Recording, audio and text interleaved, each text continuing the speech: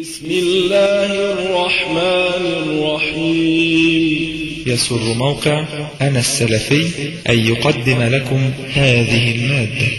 ادع إلى سبيل ربك بالحكمة والموعظة الحسنة وجادلهم بالتي هي أحسن إن ربك هو أعلم بمن ضل عن سبيله وهو أعلم بالمهتدين.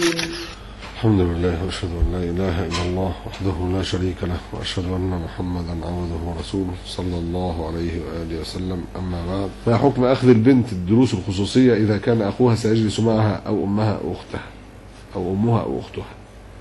أنا أنصح أن تأخذ دروسا عند معلمة، ولا أنصح بدروس لدى المدرسين، خاصة أن كثيرا منهم شباب، وخصوصا أن كثيرا منهم غير مأمون،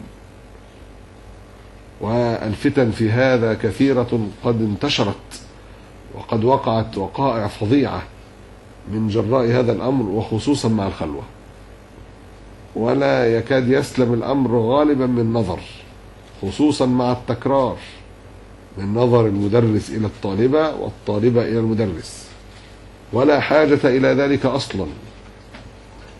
يعني لماذا تأخذ دروس خصوصية؟ عشان تجيب مجموع، عشان تخش جامعة، عشان تعمل ايه؟ عشان تاخد شهادة، عشان تقعد في البيت، او في الحقيقة عشان تتجوز بيها. ودي الحقيقة التي لا شك فيها، ان معظم الشهادات الجامعية لا قيمة لها ولا اثر لها الا الجاه الاجتماعي، الوجاهة الاجتماعية، ومثل هذا في الحقيقة امر مضر اكثر منه يعني نافعا، أكثر منه يعني مضر، أكثر ضرره أكثر من نفعه، ومثل هذا لا ينبغي أن يكون. وسيرزقها الله عز وجل من فضله رجلا صالحا إن هي تركت ذلك لله.